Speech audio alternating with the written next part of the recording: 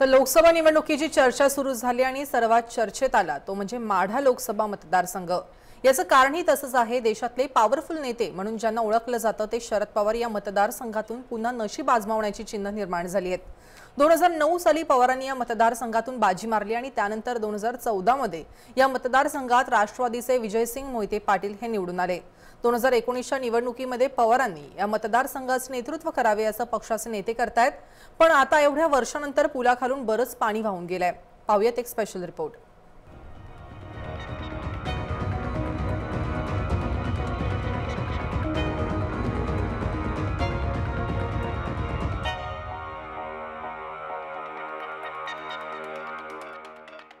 लोकसभा निवडणुकीचे पडघम वाजू लागलेत।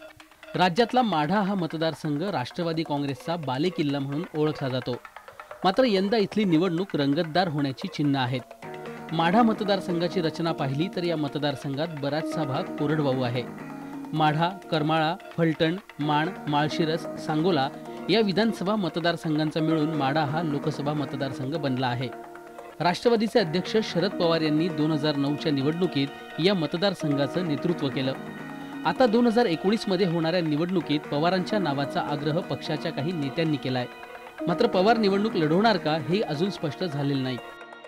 एकमुखाने पवार साहेबांनी यावेळेस लोकसभेमध्ये जाण्याच्या करता लोकसभेत उमेदवारी म्हणून उभं राहावं येणाऱ्या लोकसभेच्या निवडणुकीमध्ये अशा प्रकारचा आग्रह पक्षाच्या वतीनं एकमताने तिथं करण्यात आला।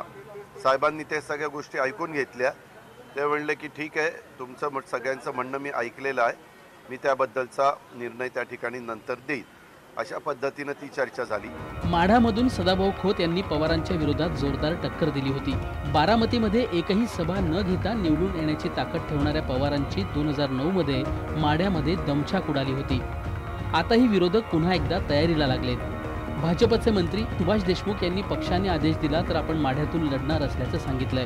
भारतीय जनता पक्षाने जो काही उमेदवार देईल, ज्याच्यावर जी जिम्मेदारी देईल त्याची जबाबदारी आहे क्लस्टरचा प्रमुख म्हणून आमच्या भारतीय जनता पक्षामध्ये प्रत्येक मंत्र्यांना एक 3-4 लोकसभा मतदारसंघाचं क्लस्टर दिलेला आहे।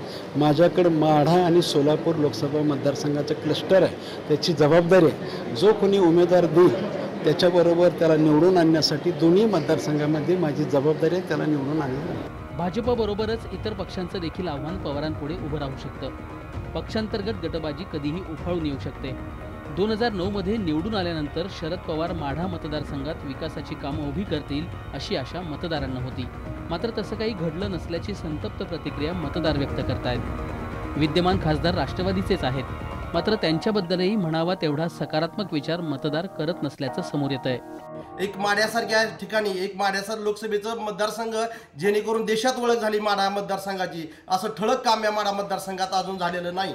त्यामुळे इथून पुढे तरी झालेल्या चुका सुधारून या माढेकरांना एवढीच अपेक्षा आहे की माढ्याचं बारामती व्हावं माढा लोकसभा मतदारसंघात, आणि चांगलं सामाजिक दृष्ट्या, शैक्षणिक दृष्ट्या आणि MIDC व्यापारी दृष्टिकोनातून माढाची सुधारणा व्हावी माढा लोकसभा मतदारसंघाची, ही त्यांच्याकडून अपेक्षा। दुसरं काय मतदारसंघातून माननीय शरदजी पवार साहेब हे उभे राहणार आहेत आणि मागच्या पंचवार्षिकला जी आश्वासनं दिली ती त्या आश्वासनांची पूर्तता केलेली नाही आणि त्या आश्वासनाची पूर्तता करावी।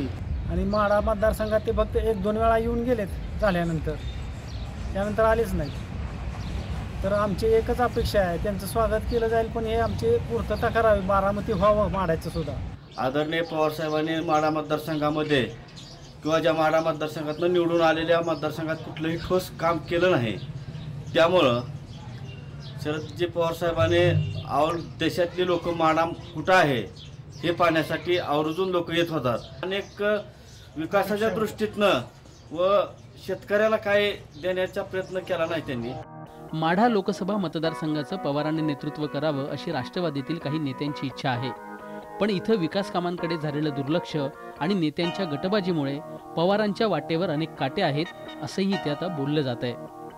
मुंबईहून अभयकुमार देशमुखसह नितीन शिंदे, जय महाराष्ट्र, माढा।